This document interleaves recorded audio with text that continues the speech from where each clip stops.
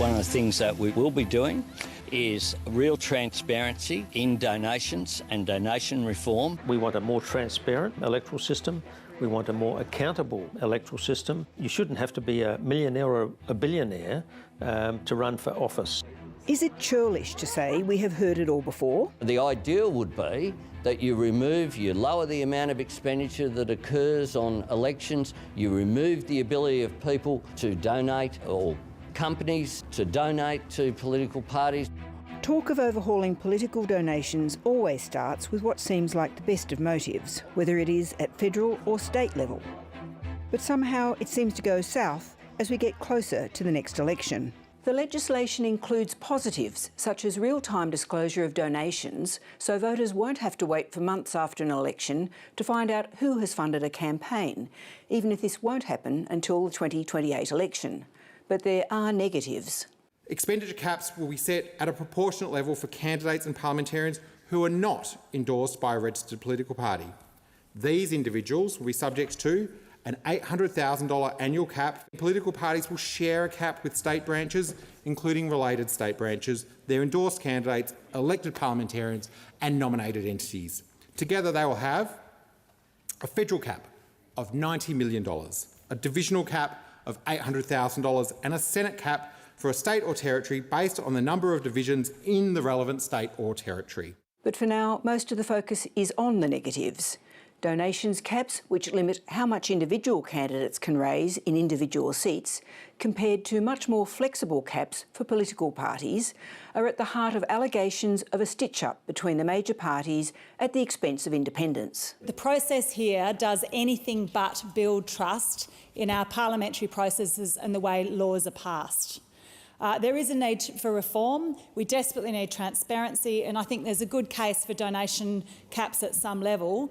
But this bill goes so much further, with a massive increase in public funding and spending caps that tip the balance in favour of parties and incumbents, and we really need to have serious public scrutiny before this is passed. They have their snouts in the trough so far that they're blowing that many bubbles I could jump in it and have a bubble bath. It turns out that the Labor caucus quietly met last Thursday to sign off on the proposed new laws, allowing the bill to be introduced today. While everybody thinks the coalition is on board, it is refraining from officially commenting until after tomorrow's joint party room meeting. That left the field today to a group of exceptionally outraged independents to comment. They were doing that even though they have largely been kept in the dark. They were not due to be briefed by the government on the legislation until 6:30 tonight. Many of my crossbench colleagues have placed integrity measures before this House.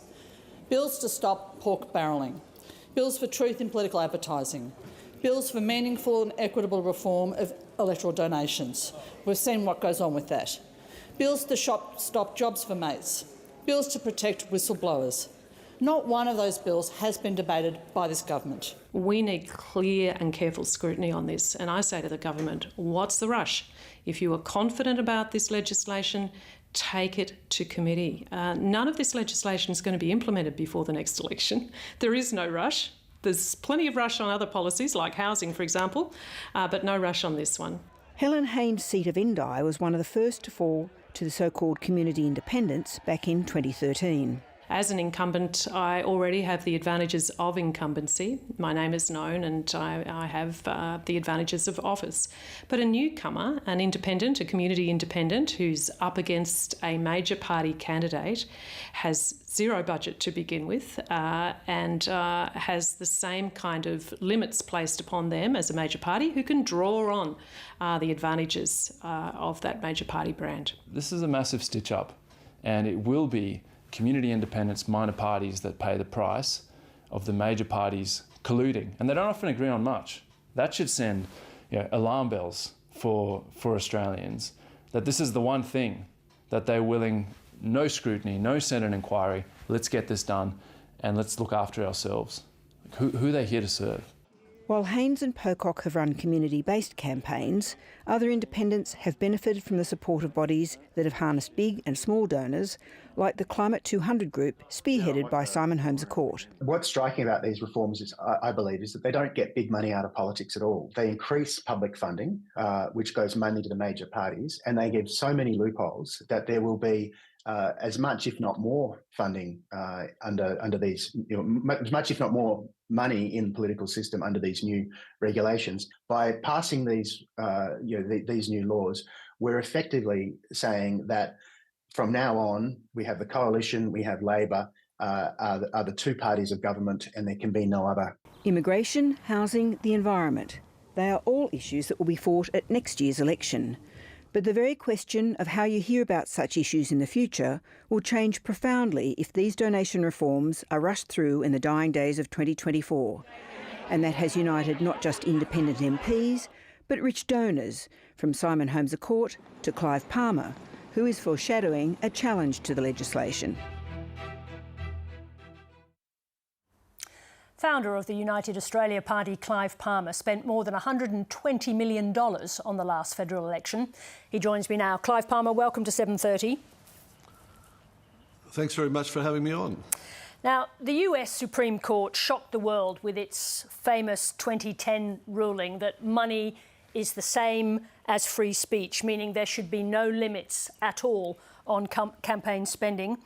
That idea seems to go against the Australian ethos. Do you think the Australian High Court is prepared to make a similar judgment here? Well, I think there will be, but I think, Sarah, we have to look at the bill. What it really means is that the Liberal and Labor parties start off with a war chest of $90 million each to put what their case forward, yet other people can't raise that money to compete with them. That's not a good thing for Australia. In the last election, you correctly said, I spent $117 million, but I only got one seat. There's no correlation between what you spend with what people think or you being able to convince them of an argument. We want as many ideas as we can out there at election time. We don't just want it controlled by the Uniparty, the Labor Party, the Liberal Party, who've got huge amounts of government funding. At least in my case, I'm spending my money. They're spending your money, taxpayer money, and that's what they want, $180 million at the start of an election. Are you, How can so a let me just ask you this. Let me just ask you this. Are you prepared to reach out to Climate 200 to join in your High Court challenge to this legislation? Of course I am. Any Australian's affected by democracy, and democracy must mean that we have plurality of choice and we have the freedom to vote with who we want. We don't want large amounts of funds being given just to prescribe forever, just to these two parties and having two choices. All citizens should have the right to voice their ideas. You don't have to vote for them. I mean, I can't convince you of some of the things I believe just because I spend a lot of money promoting them. Well, You're an independent woman and you'll make up your own decision. Let me ask you this. Do you actually believe that idea that I referenced in that famous decision in the US that money equals speech and that there should be no limits on what a political candidate can spend? I do, and I think in Australia in particular we've got extremely fair coverage by the ABC on political matters. But of course, you know, in the other networks they all sell their advertisements and they go different particular ways. It's a real battle. So some smaller parties and some individuals can't get their ideas out, and some of them could be exactly what the country needs. Why should we stop people having more choices? But so what you're saying is no limits at all on the amount of money an individual can spend on a political campaign? Well, I think there's a problem if a person spends a lot of money and is seeking a lot of favours from the government. That's a different thing. But it doesn't necessarily follow. I spent $117 million at the last election. I got one senator elected, but we had 5 million people who didn't take the vaccine. And our main policy was to stop the mandates and the vaccine. Now, all those people are happy. That's about $20 per individual. Right, I think it was money well spent. Let me just stay away from the vaccines for the moment because this is a complicated enough issue by itself. What do you think the average Australian would think about the idea that a very rich man can buy himself or someone a seat in Parliament if he's willing to spend enough money?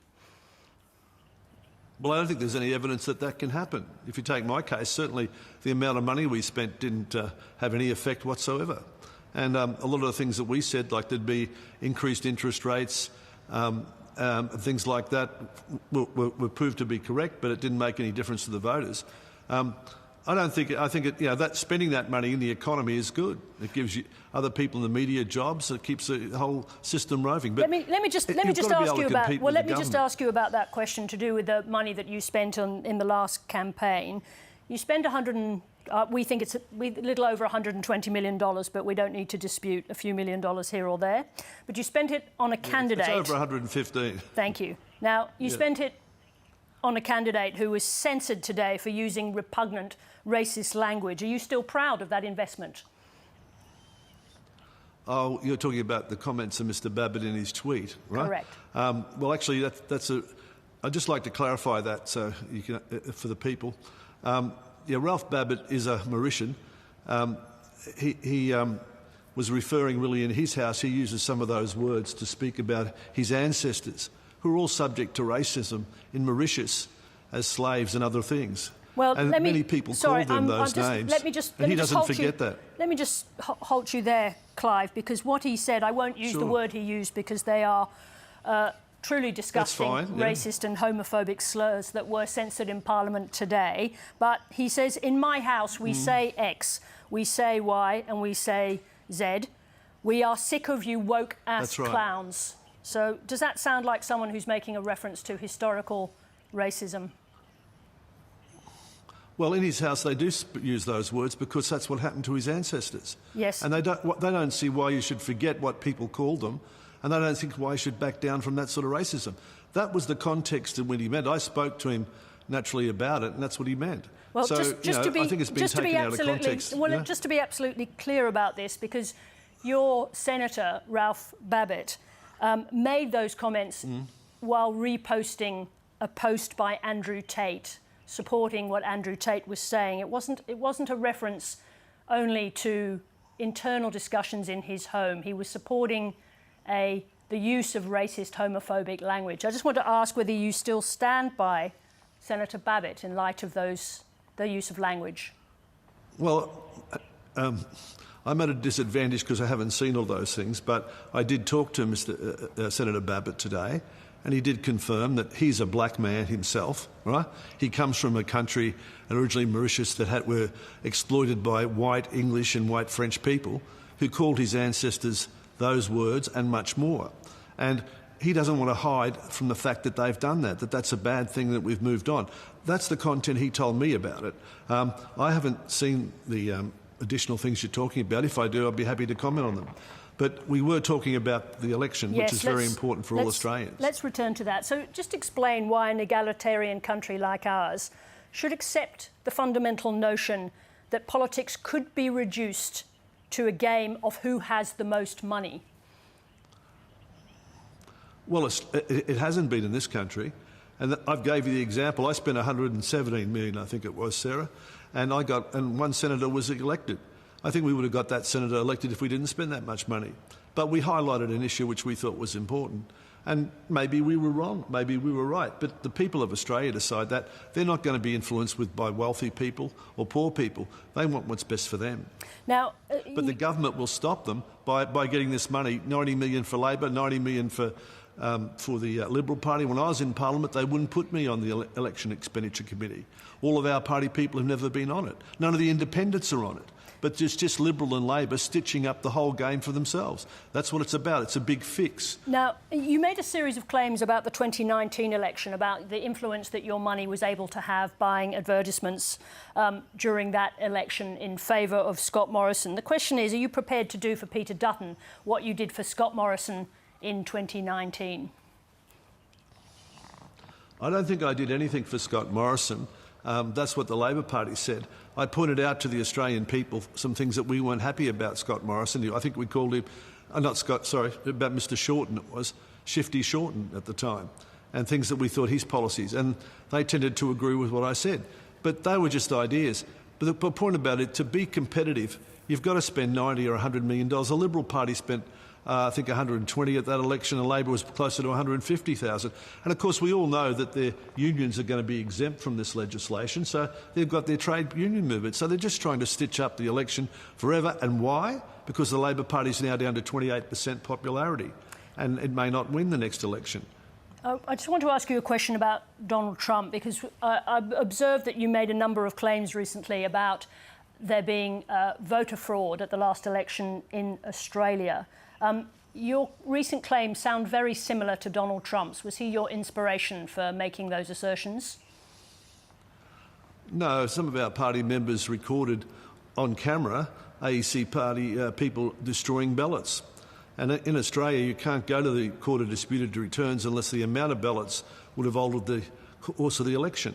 And that's how our electoral system works. Of course, we did go to the Electoral Court in 2013 when D.O. Wang's ballots were missing, and he was denied being elected as senator from Western Australia, and the court overturned it. The next election, he was elected with an outstanding amount of the vote. But so you're saying you had you're saying you had evidence of voter fraud in that election. Did you take it to the police?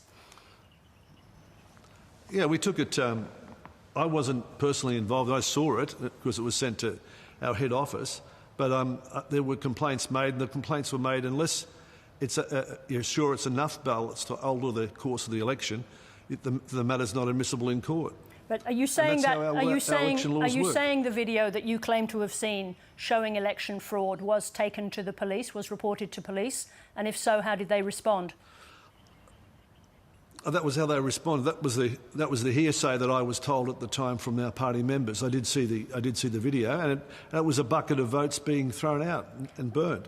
Now, you know, I don't think there would have been enough votes to change the result, but nevertheless, we don't want that sort of thing to happen in Australia or anywhere. We want a fair go for everybody. Just to conclude, you would be willing to team up with Climate 200 or any other independent groups for this High Court challenge? Or any Liberals or Labor people, because it's not good for Australia. We need a fair election. The Constitution says the federal government can make laws about elections, and there's the implied right of political free speech already been found by the High Court in Australia. So all of those things means elections must be fair. There can't be fair elections when Liberal starts up with 90 million, Labor starts off with 90 million, and other parties have nothing. Clive Palmer, thank you very much indeed for joining us. Thanks a lot, Sarah. God bless you.